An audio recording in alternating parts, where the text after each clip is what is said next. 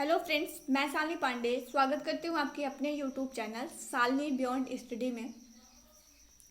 आज हम emerging Indian society के यूनिट 1.2 पर डिस्कशन कर रहे होंगे। इसके पहले 1.1 पर भी वीडियो अपलोड कर दिए गए हैं और बाकी के सारे यूनिट पर जो है वो वीडियो आपको इस चैनल के माध्यम से प्राप्त होंगे। हम इमर्जिंग इंडियन सोसाइटी की जो बुक है उस बुक को ही पूरा डिस्कस करेंगे और उसमें से जो भी इम्पोर्टेंट पॉइंट है वो आप लोगों के साथ यहाँ पे डिस्कस करेंगे। चलिए, तो आज की क्लास में हम पढ़ेंगे कि क्या होता है सामान्य शिक्षा के उद्देश्य। देखिए, हमें सामान्य और विशेष दोनों प्रकार की शिक्षा के उद्देश्य तथा लक्ष्यों के बारे में यहाँ पे पढ़ना है। इस वीडियो बहुत ज़्यादा लंबी ना हो जाए, इस वजह से इस वीडियो में हम सिर्फ सामान्य शिक्षा के उद्देश्यों पर चर्चा कर रहे होंगे। नेक्स्ट वीडियो में हम विशेष शिक्षा के उद्देश्य पर भी वहाँ पे चर्चा करेंगे। तो जब भी हम उद्देश्य लिखते हैं तो सबसे पहले हम अपना थोड़ा सा परिचय देते हैं। तो इस परिचय, यही चीज़ें यहाँ पे परिचय आपको दिया गया है कि शिक्षा का क्या अर्थ होता है। ठीक है, तो शिक्षा जो कि लैटिन भाषा के एक शब्द एजुकेटम से बना हुआ है। ठीक है, जिसका अर्थ क्या होता है, शिक्षित करना या विकसित करना। ठीक है, आगे बढ़ते हैं। तो आगे इसमें जो इम्पोर्टेंट बात है वो ये है कि अरस्तु का एक बहुत ही फेमस कथन है जिसमें अरस्तु ने कहा है कि स्वस्थ शरीर में स्वस्थ मस्तिष्क का निर्माण करना ही क्या होता है, शिक्षा होता है। जब भी हम कोई काम करते हैं तो उस काम को करने का हमारा कोई ना कोई लक्ष्य होता है, कोई एम होता है, तब हम उस पर एफर्ट करते हैं। ठीक है, तो जब हम बच्चों को शिक्षा देते हैं तो बच्चों को शिक्षा देने के प्रति हमारा कुछ लक्ष्य होता है, कुछ हमारे मुद्दे होते हैं जो कि हम प्राप्त करना चाहते हैं, उसके लिए हम जो काम करते हैं। ठीक है, उसी के लिए हम क्या करते हैं, कुछ काम करते हैं। तो ऐसे ही जब हम बच्चों को सामान्य शिक्षा देते हैं तो उसके पीछे कुछ ना कुछ हमारा भी लक्ष्य होता है। तो चलिए डिस्कस करते हैं क्या है वो सारे लक्ष्य। पहले बात करते हैं तो सबसे पहला है शारीरिक और मानसिक विकास का लक्ष्य। शिक्षा के थ्रू हम ये बच्चों के अंदर जो है बच्चों का शारीरिक और मानसिक विकास करना चाहते हैं। शिक्षा, जैसे कि स्वामी विवेकानंद जी ने कहा है कि शिक्षा का प्रमुख उद्देश्य बालक के शारीरिक और मानसिक विकास करना है। उनके अनुसार लौकिक एवं आध्यात्मिक उद्देश्यों की प्राप्ति है तो व्यक्ति का शारीरिक रूप से स्वस्थ होना परम आवश्यक है। देखिए, जब हम शारीरिक रूप से स्वस्थ रहेंगे तभी हम चीज़ों को, किसी भी चीज़ को हम ठीक ढंग से वहाँ पे सीख पाते हैं। तो ज़रूरी है कि बच्चों को जो है जैसे फिजिकल एजुकेशन दी जाती है, ठीक है, उसका एम क्या होता है कि बच्चे शारीरिक रूप से स्वस्थ रहें। ऐसे ही तरह तरह के गेम्स कराए जाते हैं, तरह तरह के जो मानसिक उद्वेलन वाले कार्य होते हैं वो सारे बच्चों से कराए जाते हैं ताकि बच्चा शारीरिक और मानसिक रूप से बच्चा फिट रहे और जीवन में आ रही हर चुनौतियों का सामना बच्चा आसानी से कर ले जाए। तो बच्चे को हमेशा इस प्रकार की शिक्षा दी जाती है। मतलब उद्देश्य ये रहता है कि हम बच्चे को एक ऐसी शिक्षा दें जिससे बच्चे का शारीरिक और मानसिक विकास निरंतर होता रहे। चलिए, अगला जो एम होता है वो है अंतर्निहित पूर्णता की अव्यक्त। देखिए, अंतर्निहित पूर्णता की अव्यक्त से तात्पर्य होता है कि अंतर्निहित का मतलब है जो बच्चे के अंदर है। ठीक है, उसके अंदर जो एबिलिटी है उसको बाहर निकाल करके उसका विकास करना सब शिक्षा का उद्देश्य होता है। ये बहुत फेमस डिफिनीशन भी बनती है स्वामी विवेकानंद जी के अनुसार, जो कि स्वामी विवेकानंद जी ने कहा था कि मानव की अंतर्निहित पूर्णता की अभिव्यक्ति क्या है, वो शिक्षा है। जैसे कोई भी मनुष्य, कोई भी बच्चा होता है तो सबके अंदर कुछ ना कुछ क्वालिटी होती है। शिक्षा का उद्देश्य होता है बच्चे के अंदर की उस क्वालिटी को निकाल करके बच्चे को क्या है, बच्चे को बताना कि हाँ उसके वो क्या अच्छा कर सकता है, किस फील्ड में अच्छा कर सकता है। तो शिक्षा देने का यही एक मेन उद्देश्य होता है कि बच्चे के अंदर जो भी योग्यता, जो भी क्वालिटी है उसको बाहर निकाल करके बच्चे उस क्वालिटी के थ्रू अपनी जीविका का निर्वाहन कर सके। चलिए आगे बढ़ते हैं। तो अगला जो शिक्षा का उद्देश्य होता है वो है सामाजिक विकास का उद्देश्य।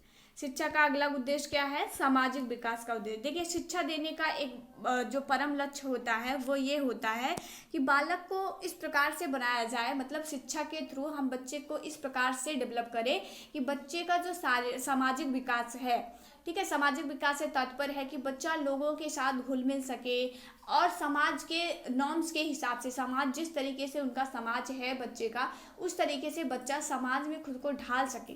ठीक है, इसलिए जो है ये शिक्षा का उद्देश्य होता है कि बच्चों को इस तरह से डेवलप करना है ताकि कि बच्चा जो है वो समाज में अच्छे से रह सके, समाज के नॉर्म्स के हिसाब से अच्छे से रह सके और अपने आप को समाज के रीति रिवाज के हिसाब से ढाल सके।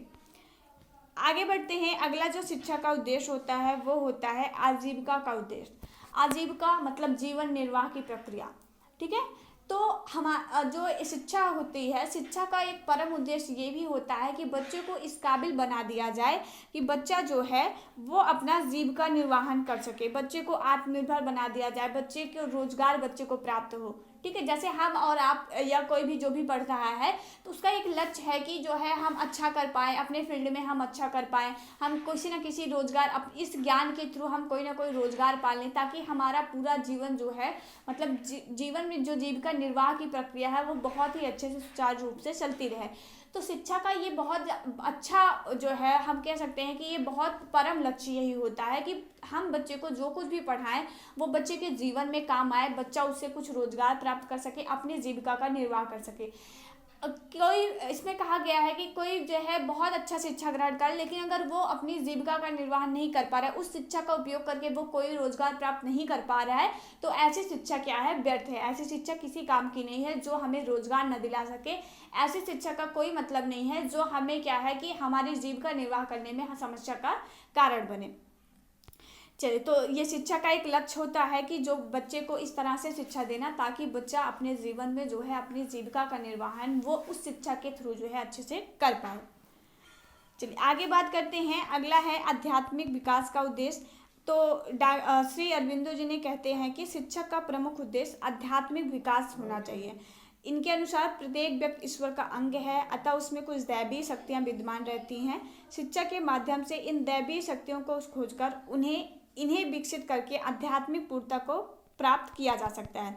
देखिए श्री अरबिंदो, ठीक है, ये कहते हैं कि अगर हम बात करें तो श्री अरबिंदो एक आदर्शवादी थे। ठीक है, तो इनकी विचारधारा भी उसी प्रकार की है कि जो इनका कहना है कि शिक्षा का एक परम लक्ष्य होता है आध्यात्मिक का विकास करना, मतलब कि बच्चे को इस तरह से बनाना कि बच्चा जो है वो अध्यात्म की चीज़ों की तरफ जो है वो जाए, ईश्वर को माने। ठीक है, तो इस तरह से बच्चे को शिक्षा देना कि बच्चे का जो जीवन का जो परम लक्ष्य बन जाए वो पूर्णता को प्राप्त करना हो, मतलब ईश्वर की प्राप्ति करना ही जो है वो शिक्षा के थ्रू जो है बच्चा शिक्षा ग्रहण करके ईश्वर की तरफ जो है बच्चा मूव कर पाए।